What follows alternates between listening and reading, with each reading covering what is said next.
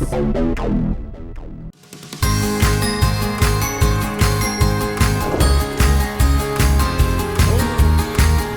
kali, Pak. Damang sadayana, salam kenal dari Abdi teh Fazari. Hayu atuh ngiring sareng Abdi ka Desa Cibeusi, Kecamatan Ciater, Kabupaten Subang, Jawa Barat.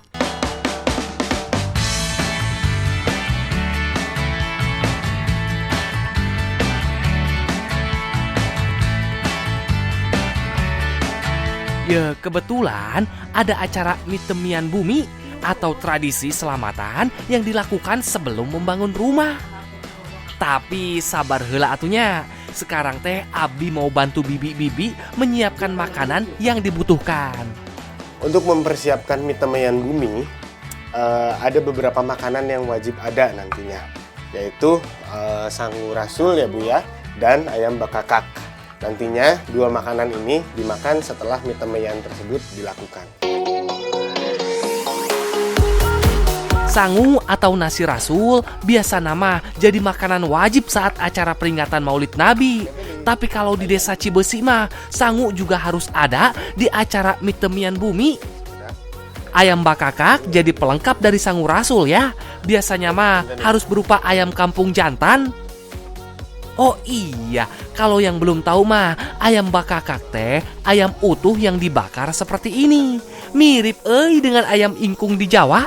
Sambil nunggu nasinya matang, ayam bakakak juga itu dimasak di sebelah nasinya dengan cara dipanggang seperti ini. Ciri khasnya adalah dengan mengikat kaki ke sayap, kemudian ditusuk dari pinggir.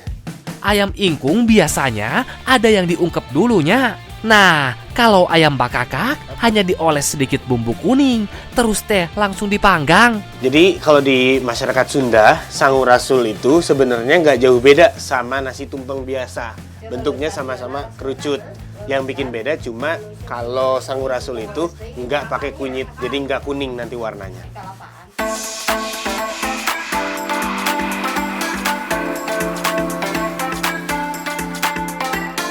Makanan yang disiapkan teh tidak hanya sangu rasul, ada juga nasi tumpeng kuning. Kalau kebiasaan di sini mah, nasi teh sudah dicampur beberapa jenis lauk, seperti ikan yang dicampur langsung ini. Jadi untuk acara mitemian, sebetulnya butuh 3 jenis nasi. Yang pertama itu nasi tumpeng biasa, yang kedua itu sangu rasul, dan yang ketiga itu puncak manik. Ya, ada telur di atasnya.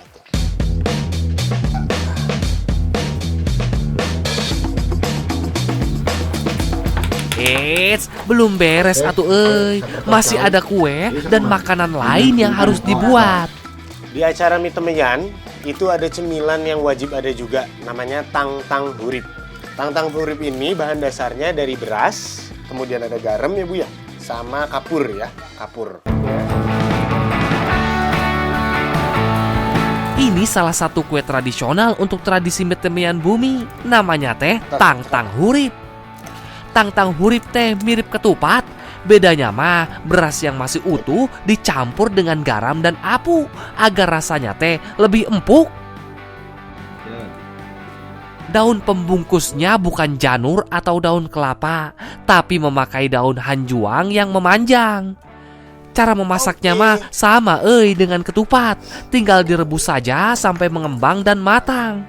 Kue kelepon dan kue candil, terus ada juga cara berem, cara bodas, itu adalah pelengkap dari sangu rasul yang tadi udah dibikin. Walaupun sangu rasul kelihatan mudah dibikinnya, banyak pelengkap-pelengkapnya seperti jajanan-jajanan.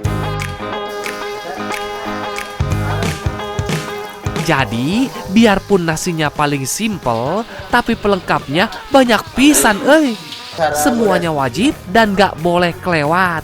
Apalagi bubur berem dan bubur bodasnya.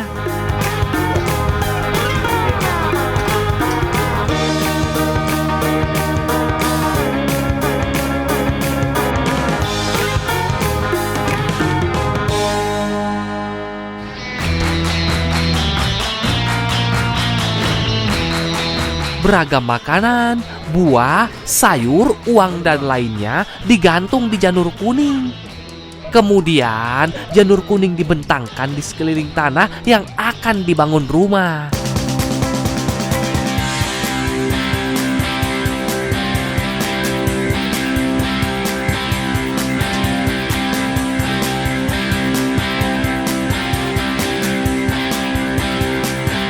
semua makanan dan sesaji yang dibutuhkan sudah dibawa ke tengah tanah, itu tandanya mie temian bumi teh segera dimulai.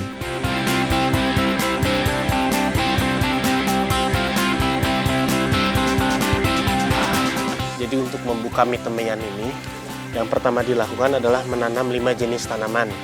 Ada jawer kotok, ada hanjuang, kemudian ada apa tadi Pak?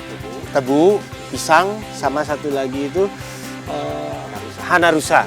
Itu kelima tanaman ini punya simbolnya masing-masing, tapi intinya untuk mengingatkan dan untuk memberkati orang yang akan membuat rumah di atas tanah ini. Ketiga jenis nasi diletakkan di atas sebagai pengingat kepada Sang Pencipta. Dari segi warna juga menyimbolkan beberapa hal. Warna hidung dan bodas atau hitam dan putih menggambarkan baik dan buruk. Kalau nasi kuning sebagai penengah atau penyeimbang. Hiji, dua, tilu yuk.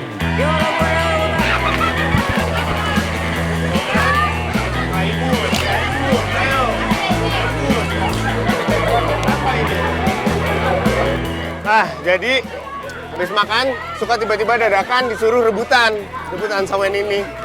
Oh, baru dapat tomat doang. Ini daripada kerebut orang lain ya nggak? Seru pisan, semuanya teh saling berebut. Mulai dari anak-anak sampai orang dewasa. Anak kecil mah berebut makanan ringan dan duit. Kalau ibu-ibu rebutannya jelas atuh, pasti keperluan dapur.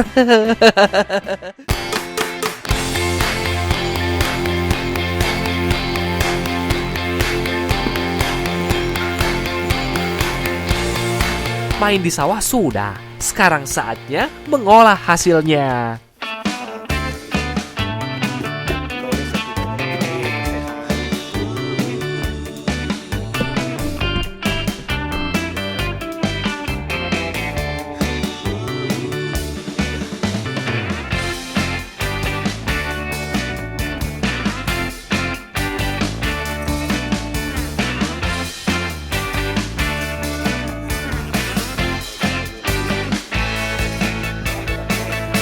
Ranggining sering disebut kerupuk tepung beras, banyak ditemukan di Subang dan Bogor.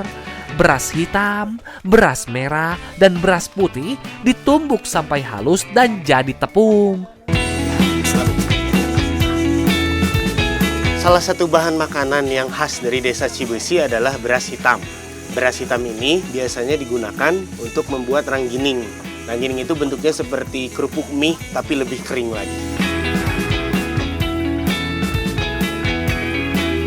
Ada salah satu teknik yang sekarang jarang dipakai. Biasanya setelah jadi tepung langsung dibuat jadi adonan. Tapi masyarakat di Cibesi biasa mengukus tepung berasnya.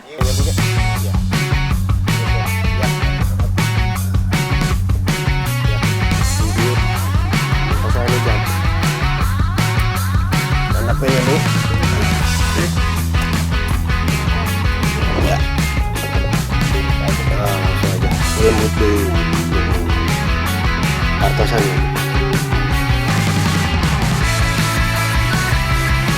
Setelah dikukus, tepung beras dicampur tepung aci, garam, kencur, dan bumbu lainnya.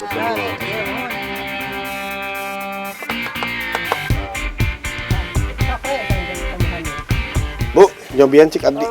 Ya, nyobiannya. Dikit unggul kan ya? Berat gini. Beras yang ditumbuk tadi dikukus dulu, jadi lebih gampang kalis atau udah jadi adonan. Kalau nggak dikukus, dia bakal susah banget ketika dicampur dengan bumbu-bumbu yang lain.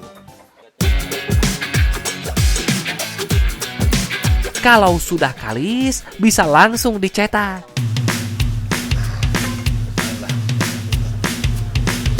Cetakannya mah hampir sama dengan cetakan kerupuk. Adonan dimasukkan, kemudian bagian atasnya ditekan. Bagian bawahnya ada lubang kecil tempat adonan keluar.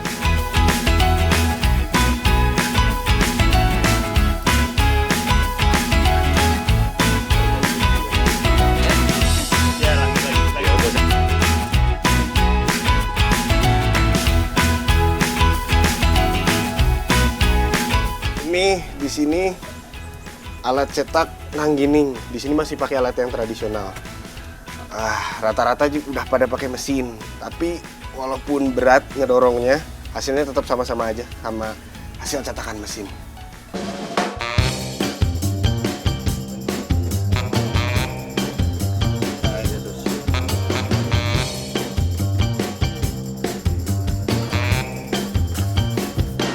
Ya, ini karena pakai aci, dia jadi gampang dibentuk. Bisa dibuletin, bisa dibikin kotak, dan lain-lain.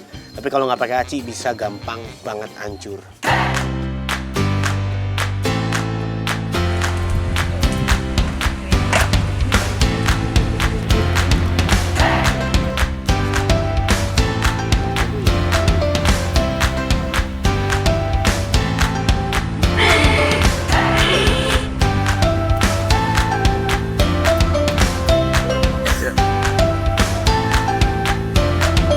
Setelah dicetak dan dibentuk, calon ranggining harus dikukus lagi. Tujuannya supaya adonannya benar-benar matang.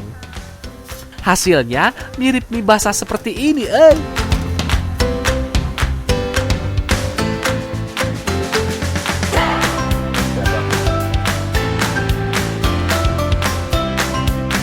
Kemudian susun di atas tampah, biar lebih mudah menjemurnya.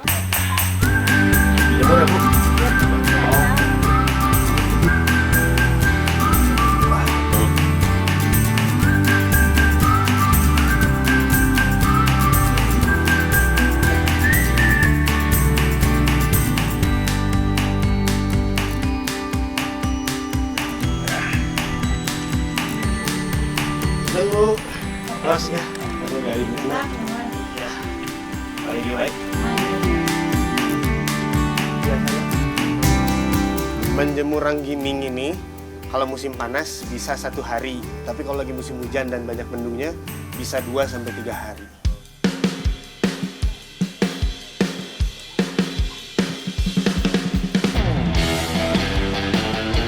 Kalau sudah kering begini, jadi cepat menggorengnya. Butuh minyak yang banyak agar ranggining bisa terendam sepenuhnya. Apalagi saat matang, bisa mengembang hampir 2 kali lipat.